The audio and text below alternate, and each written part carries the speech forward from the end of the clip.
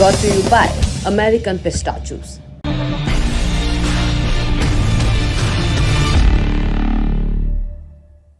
आज 14 जून की सुबह ट्विटर पर कीवर्ड दिखा तमिलनाडु। अंदर घुसे तो तस्वीरें देखी, अस्पताल के बाहर का मंजर, सैकड़ों लोगों की भीड़ और स्ट्रेचर पर लेटा हुआ एक शख्स। सीने पर हाथ रखकर रो रहा था ये शख्स उस राज्य का मंत्री है, बिजली और एक्साइज मंत्री वी सेंथिल बालाजी। 13 और 14 जून की दरमियानी रात प्रवर्तन निदेशालय यानी ईडी ने एक मनी लॉन्ड्रिंग केस में तमिलनाडु के मंत्री वी सेंथिल बालाजी को गिरफ्तार कर लिया। लगभग 1:30 बजे रात के जब मंत्री बालाजी को ये बताया गया कि वो गिरफ्तार होने वाले हैं तो उन्होंने कहा कि उनके सीने में दर्द उठ रहा है। इसके बाद उन्हें चेन्नई के ओमान दुरार सरकारी अस्पताल ले जाया गया। बालाजी अस्पताल पहुंचे तो भारी संख्या में उनके समर्थक पहले ही वहां पहुंच गए थे। ईडी के खिलाफ नारेबाजी की इन्होंने, भारी ड्रामा देखा गया। राज्य की सत्ताधारी पार्टी से लेकर राज्य के विपक्ष ने भी ईडी की कार्रवाई पर सवाल उठा दिए। केवल राज्य के विपक्ष नहीं, देश भर में बिखरे विपक्ष ने एक सुर में ईडी समेत केंद्र सरकार को घेरा है। सत्ता समर्थकों ने कहा कि मुख्यमंत्री स्टालिन के मंत्री पर छापा पड़ा तो सारे ईडी पीड़ित एक हो गए। इसीलिए आज बड़ी खबर में बात होगी तमिलनाडु में चल रही राजनीतिक रस्साकशी की।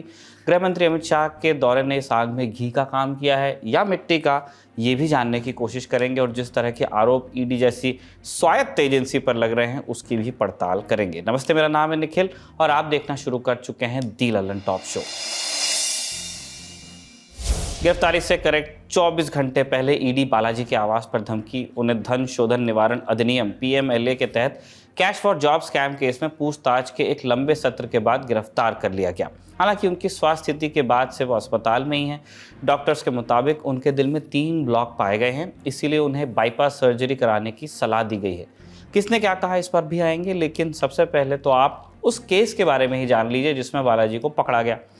देखिए, ईडी ने तो आधिकारिक तौर पर यह बताया नहीं है कि अमुक केस के लिए उन्हें पकड़ा है, लेकिन बालाजी से जुड़े जिस केस की जांच ईडी कर रही है वो हम आपको बता सकते हैं। केस पुराना है, नवंबर 2014 की बात है।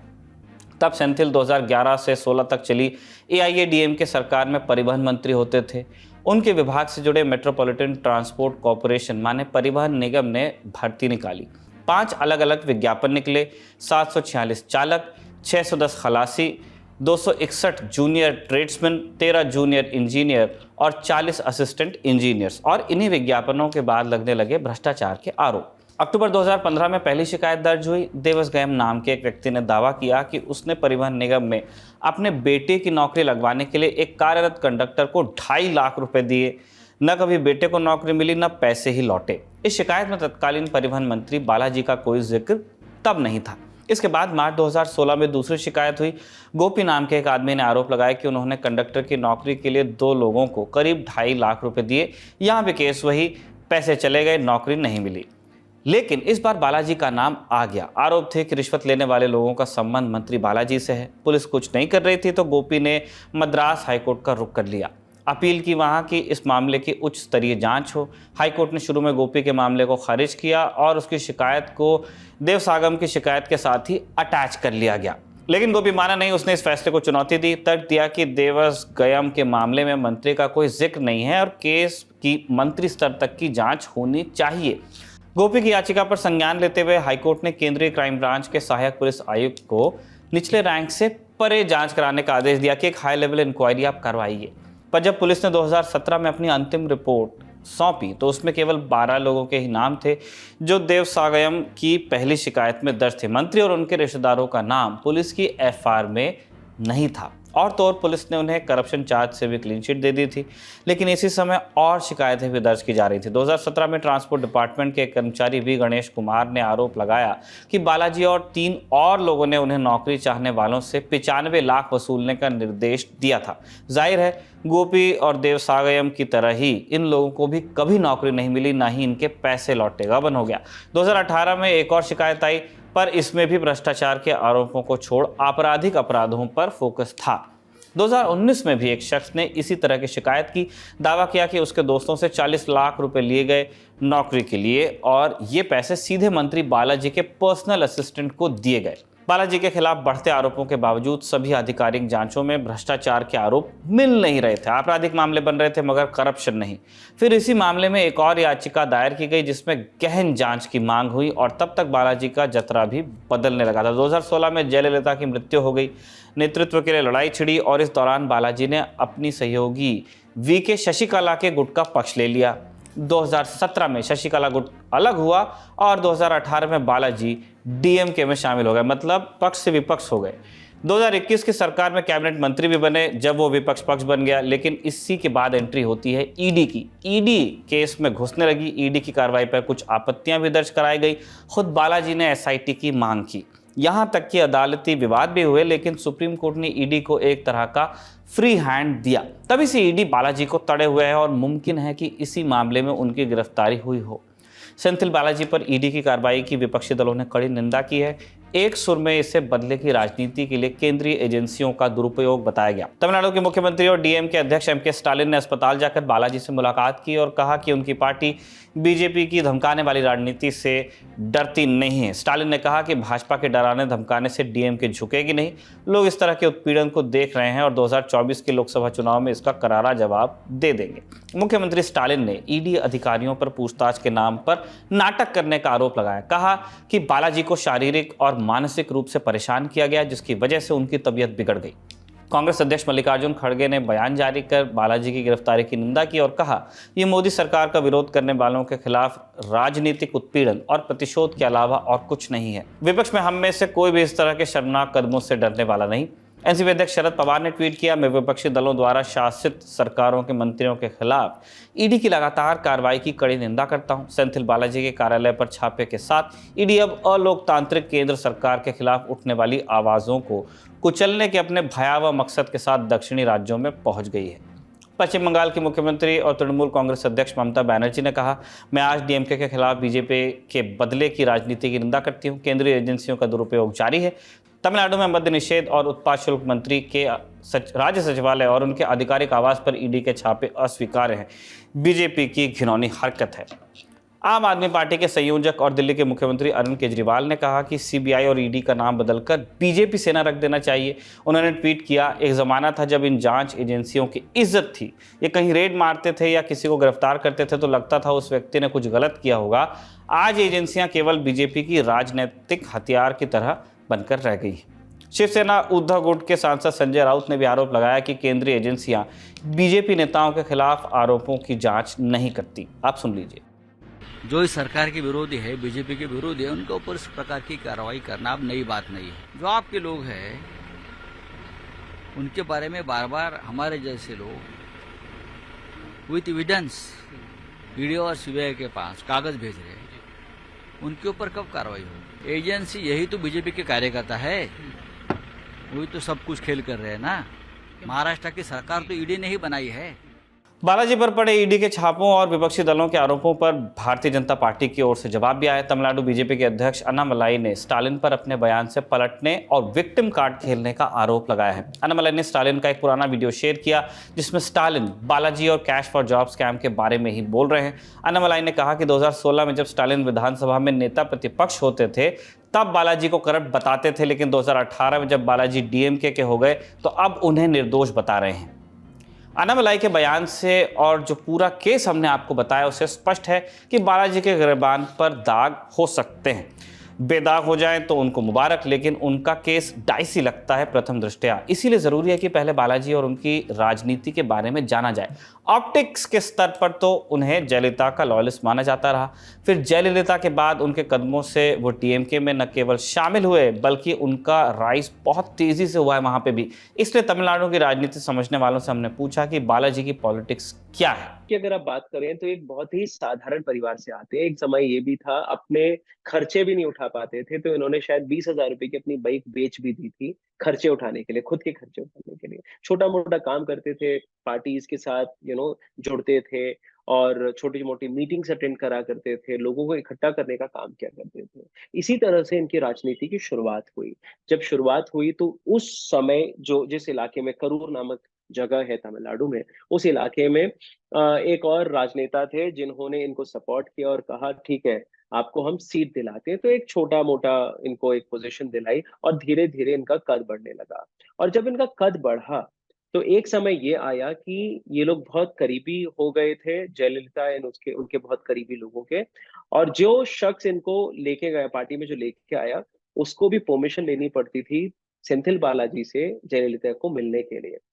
और जब ये करप्शन चार्जेस उठने लगे थे, जिस तरह से जो मैंने बताया, इनको मिनिस्टर बना दिया गया था, ट्रांसपोर्ट मिनिस्टर, और इनका कद बहुत जल्द जल्द बढ़ा। मतलब कहीं पे भी इन्होंने बहुत लंबा चौड़ा वेट नहीं किया, जिस तरह से लोग करते हैं जो नीचे से उठ के आते हैं, काफी उनको इंतजार करना पड़ता है, बट इनको नहीं करना पड़ा। उसका कारण ये भी था कि जो राजनीति समझते हैं इधर की और जो लोग इनको से जानते हैं, उनका ये कहना था कि एक ऐसा इंसान है जिसको पता था पैसे की उगाही कैसी करी जा सकती है, पैसा कैसे बनाया जा सकता है।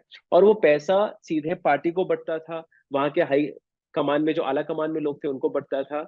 और सेंथिल बालाजी एक तरह से पार्टी के लिए पैसा उगाही का काम करता था। ठीक है। और इसी वजह से जिससे जयललिता के बहुत करीब आए।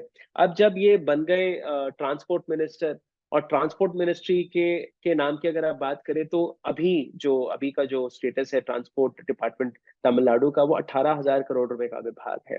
तो काफी जो बसेस लेके आने हैं, सड़क का और बस स्टैंड का जो भी काम होना है, और नौकरी घोटाला तो उनके ऊपर इल्जाम लगा ही है। तो जब इस तरह के जब घोटाले बाहर आने लगे, जब इनको लगा मैं फंस जाऊंगा, और जो पॉलिटिकल पार्टी इनके खिलाफ आवाज उठा रही है, इन्होंने उन्हीं के साथ हाथ जोड़ लिए, मतलब उन्हीं के साथ ये चले गए। जिस तरह से बाकी पार्टियों में जब एक ऑपोजिशन पार्टी से निकल के एक पार्टी में आदमी जाता है, तो उनकी सारी गलतियां, खामियां, उनके करप्शन चार्जेस सब माफ कर दिए जाते हैं। मैं समझता हूँ कि लोग उस चीज को समझ जाएंगे। जिस तरह की वॉशिंग मशीन हम उत्तर भारत में देखते हैं, वैसे ही वॉशिंग मशीन यहाँ पे भी चलाई गई थी। एडीएमके से एक करप्ट इंसान निकला, डीएमके में पहुंचा, और उसके सारे चार्जेस हटा दिए गए। उसको इधर इतना सपोर्ट देने लगे यहाँ के, उसको इतना सपोर्ट दिया गया जो तमिलनाडु की डीएमके सरकार है, कि उनको दो दो विभाग दे दिए गए। अगला सवाल है एआईएडीएमके बनाम बीजेपी। बीते दिनों राज्य की मुख्य विपक्षी पार्टी एआईएडीएमके और भाजपा के बीच तनाव बढ़ा। दरअसल प्रदेश भाजपा अध्यक्ष के अन्नामलाई ने एक हालिया इंटरव्यू में इनडायरेक्टली जयललिता पर भ्रष्टाचार के आरोप लगाए थे। इसी के बाद से एआईएडीएमके कार्यकर्ता उनके बयान का विरोध कर रहे थे।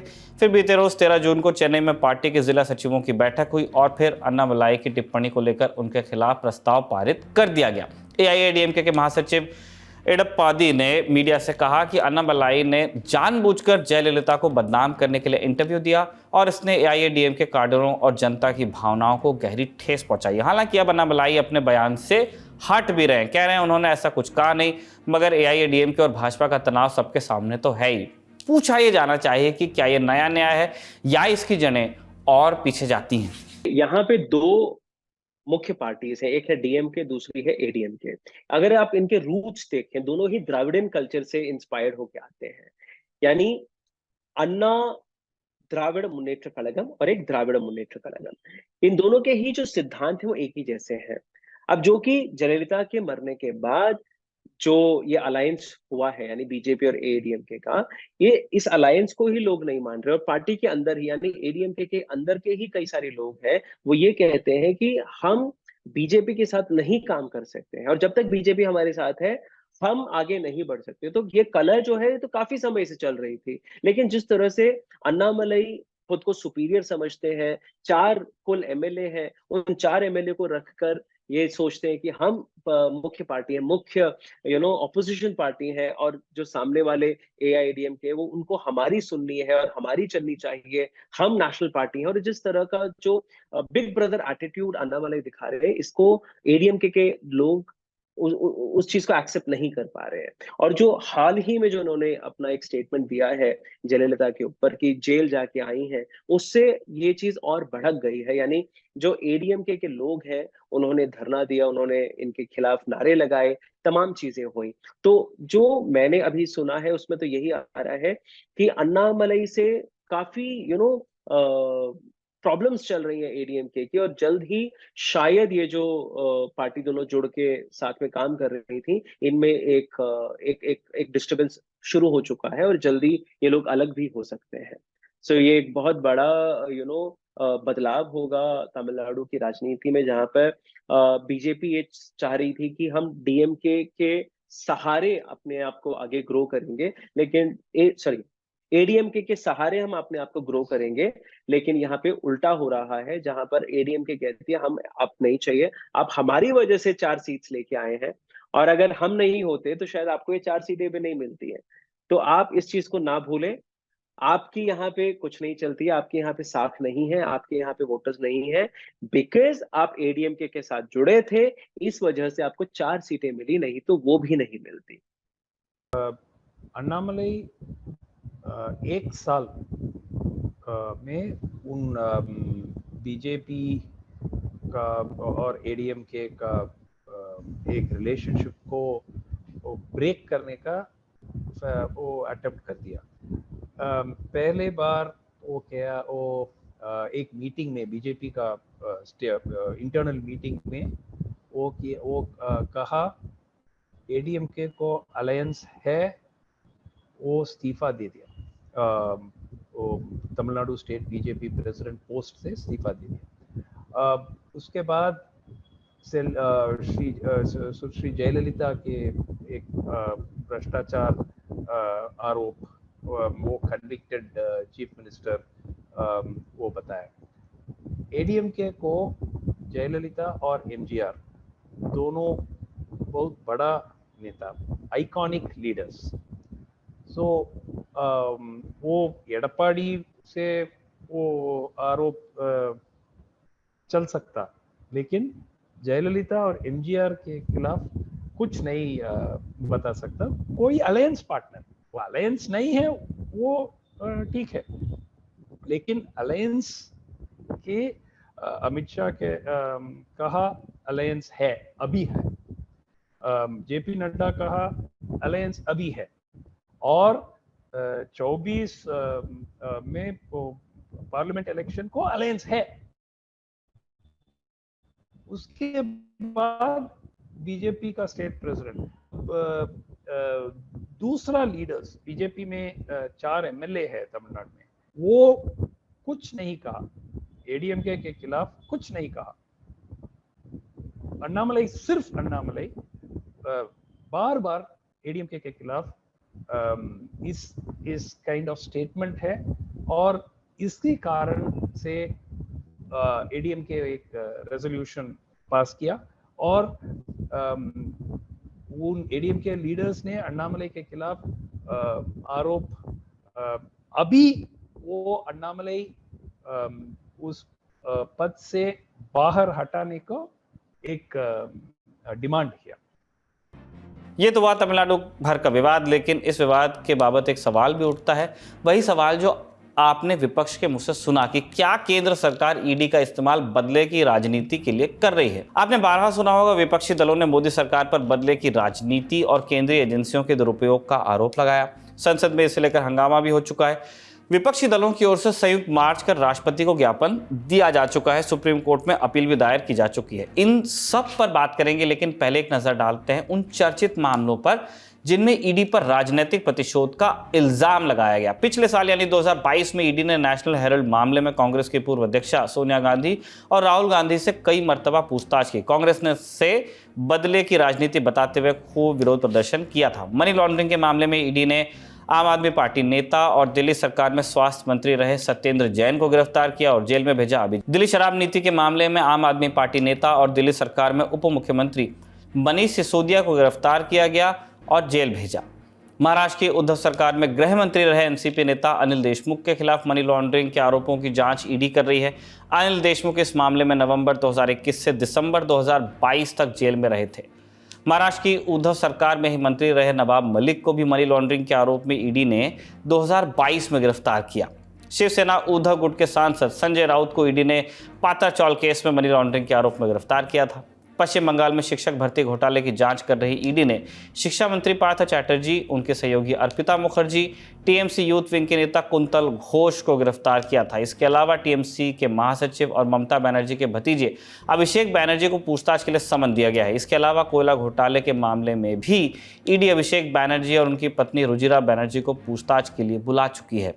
दफ्तर पर इनके छापेमारी भी हो चुकी है। ये कुछ उदाहरण थे जिनके आधार पर विपक्षी दल दावा करते हैं कि बीजेपी ईडी को एक टूल की तरह इस्तेमाल करती है ताकि उनके विरोध में उठने वाली आवाज़ों को दबाया जा सके। विपक्षी दल ये भी आरोप लगाते हैं कि उनके नेताओं को ईडी का डर दिखाकर बीजेपी में शामिल होने का दबाव बनाया जाता है। जैसे ही कोई नेता बीजेपी में शामिल होता है, जांच रुक सी जाती है। विपक्षी दलों की ओर से हेमंत बिस्वा शर्मा और अन्य नेताओं को उदाहरण दिया जाता है, स्पेशली शिवसेना के वो नेता जो अब उद्धव गुट के नहीं रहे, शिंदे गुट के हो गए हैं। बीते अप्रैल में विपक्षी दलों ने इस मसले पर सुप्रीम कोर्ट में याचिका भी दायर की थी। कांग्रेस समेत 14 विपक्षी पार्टियों ने याचिका में कहा था कि मोदी सरकार ईडी और सीबीआई जैसी एजेंसियों का बेजा इस्तेमाल कर रही है ताकि विपक्ष की आवाज़ दबाई जा सके। बारंट बेंच में छपी खबर के मुताबिक अपनी याचिका में विपक्षी दलों की ओर से वकील अभिषेक मनु सिंघवी ने कुछ आंकड़े कोर्ट को दिए थे। उन्होंने कहा, एजेंसियों ने जो छापे डाले उनके बाद कानूनी कार्रवाई का दर 2005 से 2014 में 93% था। ये 2014 से 2022 में घटकर 29% हो गया है। 2013 से 14 में ईडी द्वारा दर्ज किए गए मनी लॉन्ड्रिंग मामलों की संख्या 209 थी। 2020-21 में ये 981 और 2021-22 में 1180 हो गई। हालांकि इसके बावजूद आज तक सिर्फ 23 लोगों पर दोष साबित हो पाए। 2004 से 14 के बीच सीबीआई द्वारा जिन 72 नेताओं की जांच की गई, उनमें 43-60% लगभग उस समय विपक्ष में थे। अब यह आंकड़ा 95% को पार कर गया है। राजनेताओं के खिलाफ ईडी की जांच में विपक्षी नेताओं का परसेंटेज 2014 से पहले 54% था, यह बढ़कर 95% हो गया है। अभिषेक ने अपनी याचिका में यह भी बताया कि पिटीशन डालने वाली पार्टियां 42% मतदाताओं का प्रतिनिधित्व करती हैं और इससे उनके मतदाताओं पर भी असर पड़ता है। याचिका लगाने वाली 14 पार्टियों में कांग्रेस के अलावा टीएमसी, डीएमके, आम आदमी party, BRS, NCP, JMM, JDU, CPIM, Samajwadi party, national conference और शिवसेना उद्धव बाला साहब ठाकरे शामिल थे। सुप्रीम कोर्ट ने कहा कि नेताओं को कोई स्पेशल ट्रीटमेंट नहीं दिया जा सकता, कोई ब्लैंकेट रिलीफ नहीं मिलेगा। चीफ जस्टिस डीवाई चंद्रचूड़ और जस्टिस जेबी पारदीवाला की खंडपीठ ने कहा कि ठोस तथ्यों के अभाव में कोई गाइडलाइन जारी नहीं की जा सकती, क्योंकि ऐसे में कानून के सिद्धांत निर्धारित करना खतरनाक होगा। बेंच ने यह भी कहा कि राजनेता चाहे तो अपने स्पेसिफिक मामले लेकर कोर्ट आ सकते हैं, लेकिन उन्हें कोई जनरल इम्यूनिटी नहीं मिलेगी। ये सवाल इतना अहम है, इसीलिए हमने जानकारों से पूछा कि क्या नरेंद्र मोदी सरकार साउथ में अपनी पकड़ बनाने के लिए केंद्रीय एजेंसियों का इस्तेमाल कर रही है। कि जो इल्जाम लगता है विपक्ष की तरफ से, वो हर बार ये होता है कि ईडी, आईडी, सीबीआई सरकार के हाथ में है और इस वजह से इस तरह के जो एजेंसीज हैं इनका सहारा लेके ऑपोजिशन पार्टी या फिर नॉन बीजेपी रूलिंग स्टेट्स को परेशान किया जा रहा है।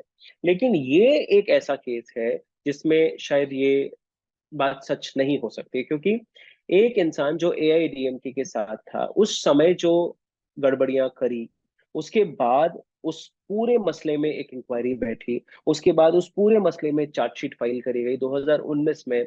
2019 में जब चार्जशीट फाइल करी गई, उसके खिलाफ सीधे सेंथिल बालाजी खुद जाते हैं मद्रास हाई कोर्ट, वहां जाके केस लड़ते हैं। मद्रास हाई कोर्ट की तरफ से सेंथिल बालाजी के खिलाफ लगाए गए सारे चार्जेस हटाए जाते हैं डीएमके सरकार के द्वारा।